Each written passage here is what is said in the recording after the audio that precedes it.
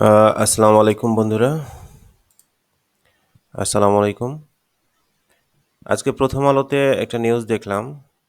আজকে দেখুন ১৫ই সেপ্টেম্বর ২০২৪। আ আমাদের অন্তর্বর্তীকালীন সরকারের উপদেষ্টা, মুক্তিযুদ্ধ বিষয়ক উপদেষ্টা ফারুক-ই-আজম, তিনি একজন নিজে বীর মুক্তিযোদ্ধা।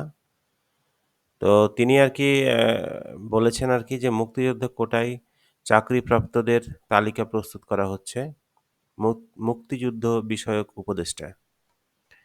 আ তিনি আরো বলেছেন যে এখানে যারা সরকারি এবং আধা সরকারি মুক্তিযোদ্ধা কোটায় কতজন চাকরি হয়েছে এর একটি তালিকা প্রস্তুত করা হচ্ছে।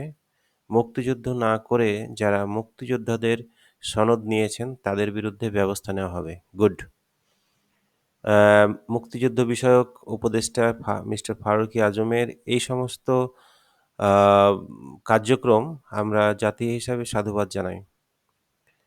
বিগত ১৫ বছরে এই হাসিনা রেজিমের শাসনামলে অনেক ভিন্ন ধর্মী বা ভিন্ন মতাদর্শের মানুষ যারা রাজনীতির সাথে সম্পৃক্ত না হওয়ার পরেও, ভালো মেধাবী স্টুডেন্ট হওয়ার পরেও কিন্তু চাকরি হয়নি। চাকরি হওয়া পসিবল হয়নি। কারণ এটা একটা বড় বৈষম্য ছিল। আর আমাদের যেই আ জুলাই জুলাই এবং ৫ই আগস্টের যে বিপ্লব, সেই বিপ্লবের মূল প্রতিপাদ্য বিষয় ছিল আপনার যে বৈষম্য বিরোধী। তো এইখানেই তো মূল বৈষম্যটা। হাসিনা রেজিমের হাসিনা সরকারের অবৈধ ক্ষমতাকে পাকাপোক্ত করার জন্য বিভিন্ন সেক্টরে যে মানুষের আ পদচারণা হয়েছে সচিবালয় থেকে শুরু করে একেবারে কেরানি পর্যন্ত প্রত্যেকটা সেক্টরেই বিভিন্ন দলীয় মতাদর্শের মানুষকে এখানে ইনক্লুড করা হয়েছে চাকরিতে। পাশাপাশি ভুয়া মুক্তিযোদ্ধা সনদে হাজার মানুষ কিন্তু এখানে চাকরি পেয়েছে। পক্ষান্তরে ভিন্ন মতাবলম্বী যারা ছিলেন, যারা দলের সাথে সম্পৃক্ত ছিলেন না, তারপরেও শুধুমাত্র তার বাবা বা তার আত্মীয়স্বজন কেউ হয়তো বিএনপি বা জামাত করার কারণে মেধাবী স্টুডেন্ট তারা কিন্তু চাকরি পায়নি।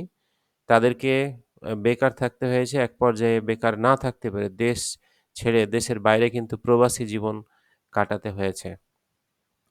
তো এইভাবে অসংখ্য মানুষকে বৈষম্যের শিকার হয়েছে। তো মুক্তিযুদ্ধ বিষয়ক উপদেষ্টা তিনি যে এই উদ্যোগটা নিয়েছেন, এই উদ্যোগটাকে আমরা সাধুবাদ জানাই। তিনি যদি এই কার্যক্রমটা সঠিকভাবে করতে পারেন, তাহলে আমরা মনে করছি অসংখ্য ভুয়া মুক্তিযোদ্ধা সনদে যারা পুলিশ থেকে শুরু করে ক্যাডার এবং কর্ম কমিশনের বিসিএস ক্যাডার পর্যন্ত বিভিন্ন সেক্টরে কিন্তু তারা পদায়ন হয়েছেন, চাকরি পেয়েছেন।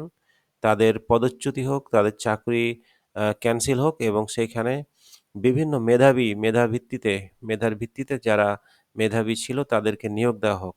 এই সমস্ত কার্যক্রম করা হলেই আমি মনে করি সংস্কারের মূল প্রতিপাদ্য বিষয়টা আমাদের দেশের ফুটে উঠবে। কারণ সংস্কার তো আপনি যদি প্রশাসন এবং আপনি মিলিটারি থেকে শুরু করে প্রশাসন বিভিন্ন আ প পর্যায়ে সিভিল সার্ভিস জবে যদি এই সংস্কারটা সঠিকভাবে এই অন্তর্বর্তীকালীন সরকার করতে পারে, তাহলে সংস্কারের গোড়াপত্তন হবে। আর সংস্কার সেখানেই হবে। কারণ এই আমলাতান্ত্রিক সমাজ ব্যবস্থায় এ দেশটাকে ভঙ্গুর করে দেওয়া হয়েছিল।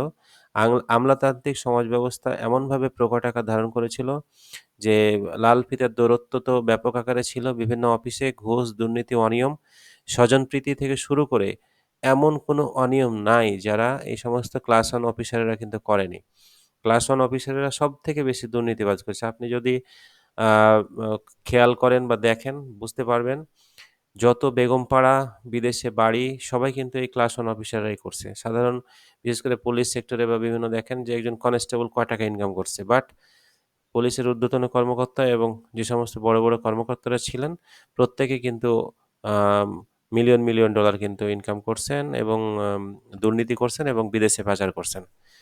তো মিস্টার ফারুকী আজম তিনি যে উদ্যোগটা নিয়েছেন, আমরা জাতি হিসাবে সাধুবাদ জানাই। তিনি এই উদ্যোগটাকে সঠিকভাবে আ যদি established করতে পারেন, তাহলে অবশ্যই দেশের জন্য, দেশের মানুষের জন্য এবং দেশের অবকাঠামো সংস্কারের ভিত্তিপ্রস্তর স্থাপন হবে। এইটা খুবই জরুরি এবং এটা প্রকাশ্যে আনা দরকার এবং জাতিকে অবহিত করা দরকার। তো ধন্যবাদ। আজকে এই মেসেজটাই ছিল।